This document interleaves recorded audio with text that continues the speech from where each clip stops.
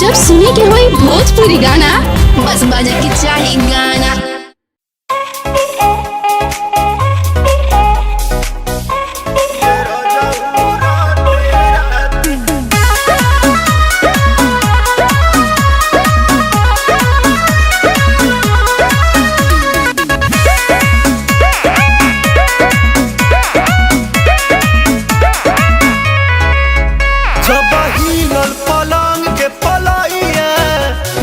जननी के चोर है सैया सैया जब हिलल पलंग के पलाइया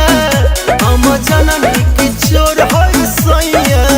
के दो ठोकले बा पार्टी में काटिए रजऊ राते राती ए रजऊ राते राती दिहला कमर हमर जाती रजऊ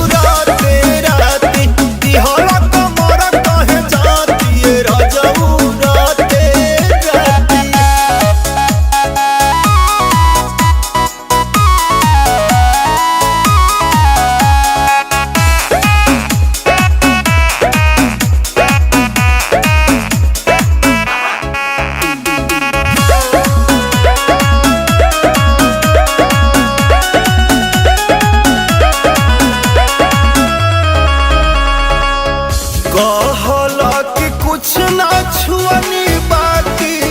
अब छुआइए दे लो काटी काटी दाते पूरा रात घुमाइए दे लो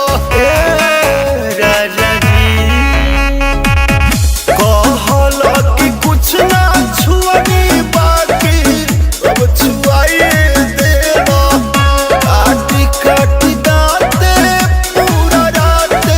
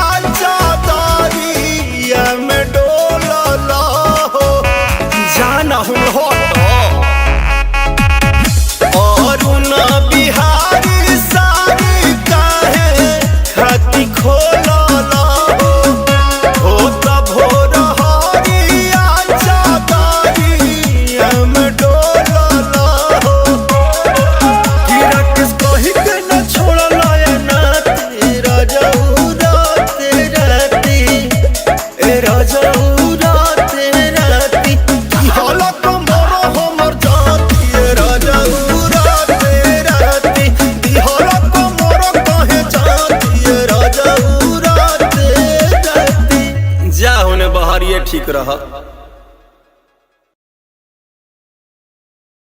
के दो ठोकले बा पार्टी में काटिए